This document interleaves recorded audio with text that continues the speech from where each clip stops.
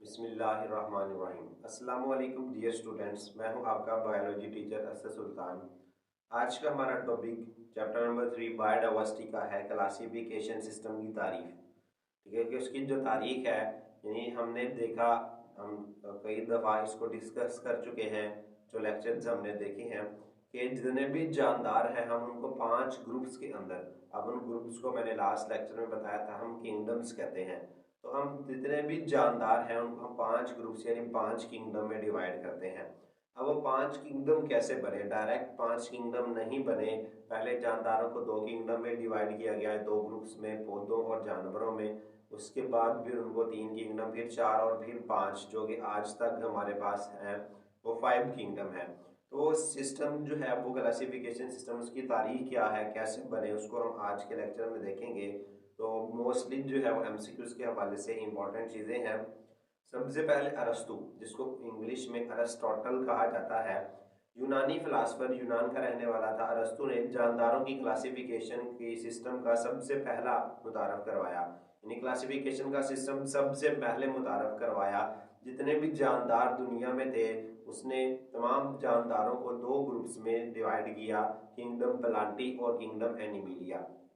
अब इसकी जो बुनियाद थी वो खुराक हासिल या तैयार करने की बुनियाद पर बनाया गया, यानी वो जानदार जो अपनी खुराक खुद तैयार कर सकते हैं उनको किंगडम प्लांटी में रखा गया, और वो जानदार जो अपनी खुराक खुद तैयार नहीं कर सकते उनको किंगडम एनिमिलिया में रखा गया।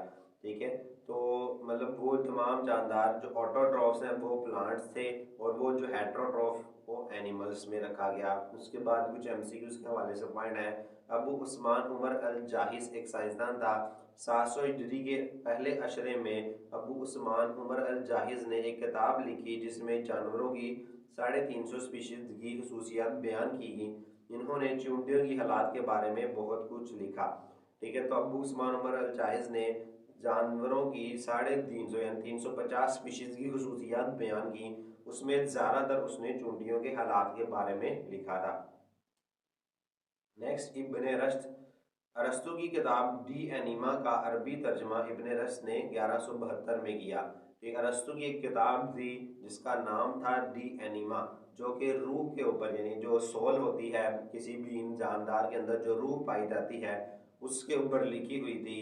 ठीक है, उसका इब्ने रश्द ने अरबी में तर्जमा किया था 1172 के अंदर। एंड्रिया सीजल पिनो, पौधों को 15 ग्रुप्स में तकसीम किया गया। इन ग्रुप्स को जीन्स का नाम दिया गया। ठीक है, तो इसने जितने भी पौधे थे उनको 15 ग्रुप्स में डिवाइड किया, और उन ग्रुप्स को उसने जीन्स का नाम दिया। उसके बाद जॉनरे, पौधों की क्लासिफिकेशन पर किया गया काम शाया करवाया। इसने भी पौधों की क्लासिफिकेशन के ऊपर काम किया था।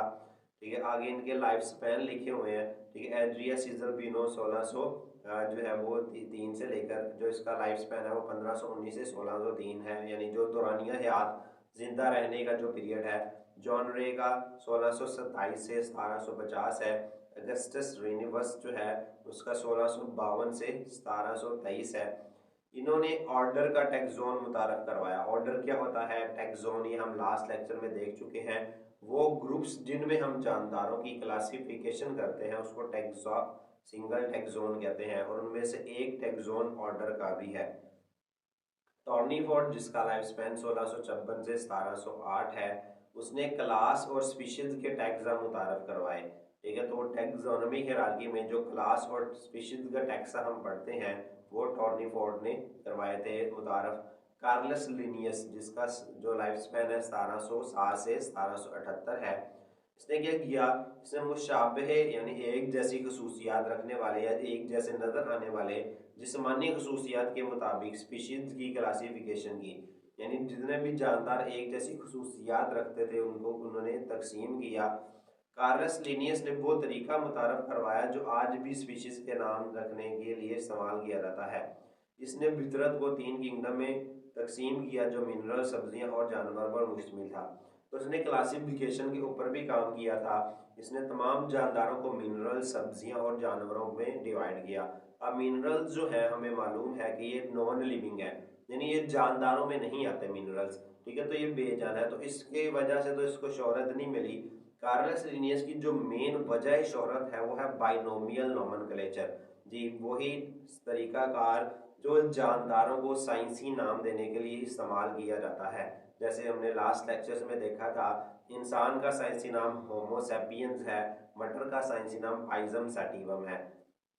ठीक है, तो उसमें जो है वो तरीकाकार गारस लिनियस ने जो है वो मुतारफ़ करवाया था, जो आज भी इस्तेमाल किया जाता है जानदारों को साइंसी नाम देने के लिए।